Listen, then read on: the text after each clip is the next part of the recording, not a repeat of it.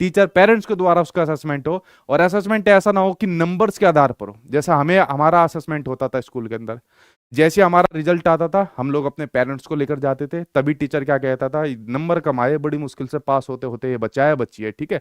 उसके बाद घर वाले नहीं देखते थे और फिर दूसरे बच्चों को देखते थे, उनके तो बढ़िया आ रहे, तेरे बढ़िया नहीं आते हर बार। तो यहाँ पर सीधा सा क्लासिफिकेशन होता था, वर्गीकरण होता था। फिर उसके बाद एक लेबलिंग लगाई जाती थी, गधा नाम मिट्टी में मिलवा दिया, फलाना ढिकड़ा, इस तरीके से। तो ये सब चीजें एज ए पेरेंट्स और एज ए टीचर आपको कभी भी नहीं करना, ये मूल्यांकन का उद्देश्य कभी नहीं माना जाएगा आपका, ठीक है। अब कहोगे सर हमारा क्यों माना जाता था? अब उस टाइम पर जो आपको टीचर पढ़ाते थे उनसे जाकर पूछिए, ठीक। तो पहला तो आपका गलत हो गया। दूसरा पॉइंट इसमें दिया हुआ है कि जो माता पिता है उनको उनके बच्चे की शिकायत करना कि वह क्या करने में असक्षम है। देखिए, हमेशा कंप्लेन करते थे, कभी भी स्कूल के अंदर चले जाओ, कभी भी हमारे पेरेंट्स गए स्कूल के अंदर, कभी ऐसा नहीं हुआ कि मैडम ने दो तारीफ के कुछ शब्द बोल दियो कि इस बार तो बढ़िया नंबर आए, इस बार तो अच्छा मतलब स्कोर कर रहा है, इस बार तो बढ़िया बढ़िया पढ़ रहा है। कभी नहीं, हमेशा बुरा है, पूरे टाइम बिगड़ गया है, वो पहले से भी ज्यादा बिगड़ गया है। और नंबर तो इसके ठीक ठाक आए, लेकिन इससे ज्यादा साथ वालों के उससे भी और ज्यादा आ गए।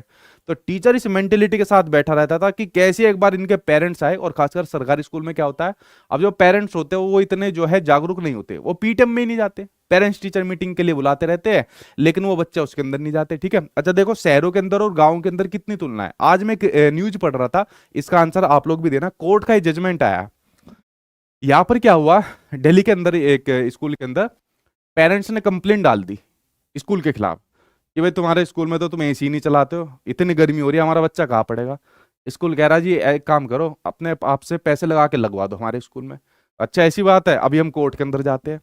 तो यहाँ पर पेरेंट्स इतने तेज है, तुरंत कोर्ट के अंदर गए। हालांकि कोर्ट का जो फैसला है ज्यादातर पेरेंट्स के हक में आता है, लेकिन इस बार स्कूल मैनेजमेंट के हक के ऊपर गया। तो यहाँ पर कोर्ट ने कहा कि भाई आप लोग जब अपने बच्चे का एडमिशन दिलाने गए थे तो उस टाइम पर आपको एसी नहीं दिखा, अब आप स्कूल मैनेजमेंट के ऊपर डाल रहे हो। तो यहाँ पर पेरेंट्स खाऊ वाली पोजीशन में होते हैं कि एक बार कुछ मौका मिल जाए स्कूल को टीचर को खा जाओ। लेकिन गांव देहात के अंदर जाकर देखोगे, बच्चा पढ़ रहा है नहीं पढ़ रहा है, गांव के अंदर खेतों के अंदर खेल रहा है, कोई मतलब ही नहीं। हाँ ड्रेस का पैसा आ गया, खाने का पैसा आ गया, तब एकदम सारे पेरेंट्स जाएंगे। तो इस प्रकार से जो ये पेरेंट्स की मानसिकता होती है, ये आपको बिल्कुल भी नहीं करनी है, समझ गए। दो ऑप्शन हमारे गलत है।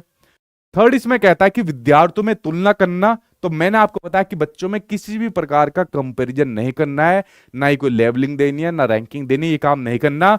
और पदानुक्रमता स्थापित करना, पदानुक्रमता मतलब बढ़ते से कम की ओर, कम से बढ़ते की ओर। जैसे पदानुक्रम आपका कर दिया कि देखो ये सारे बच्चे हैं जो टॉप करते जा रहे हैं लगातार, ये वो सारे बच्चे हैं जो आगे बढ़ते जा रहे हैं, ये वो सारे बच्चे हैं निकम्मे पीछे बैठे रहते हैं बैंक वेंचर, और नंबर कम होते जा रहे हैं। ये कभी भी पदानुक्रमता स्थापित नहीं करना, ठीक है। बचा आपका लास्ट क्या है कि विद्यार्थियों द्वारा जो अधिगम प्रक्रिया होती है, जो लर्निंग प्रोसेस होता है, उसमें महसूस की जाने वाली जो चुनौतियां रहती है, जो चैलेंजेस रहते हैं, और उनके सामर्थ्य को समझना। बिल्कुल ठीक बात है। देखिए जो आप लोग यहां पर पढ़ रहे हो अपने एग्जाम के लिए, अब आपके सामने जो जो चैलेंजेस आते हैं, तो एज ए टीचर मैं क्या काम करता हूं, उनको पहले डायग्नोस करता हूं। एक टीचर का सबसे पहला ये काम होता है कि जो भी बच्चे के सामने समस्या है उनकी पहचान करे, यानी कि उसको डायग्नोस करे, निदान करे, और उसके बाद उपचारात्मक शिक्षण दे। तो ये आपका क्या है, एक अच्छे मूल्यांकन या आकलन कह लीजिए, उसकी निशानी होती है। फोर्थ आंसर यहां पर आपका सही हो जाएगा, जो आपका मूल्यांकन का मुख्य उद्देश्य होता है। समझ गया आप लोग इसके बारे में, मूल्यांकन के बारे में चीजें समझे। जो हमारा एक ट्रेडिशनल वे चलता आ रहा है, हमारी सोसाइटी के अंदर चलता आ रहा है, अभी भी यही है, अभी कोई बदला नहीं है। ये तो मान लीजिए आप लोग मुझसे जैसे पढ़ रहे हो, तो पेडागोजिकल अप्रोच इस प्रकार की आपको देखने को मिलती है, अदरवाइज आप लोग अपना एग्जाम पास नहीं करोगे। वरना अपनी सोसाइटी के अंदर जाके देख लो, खुद आप लोग भी अपने बच्चों का ऐसे ही करते होंगे, ठीक है।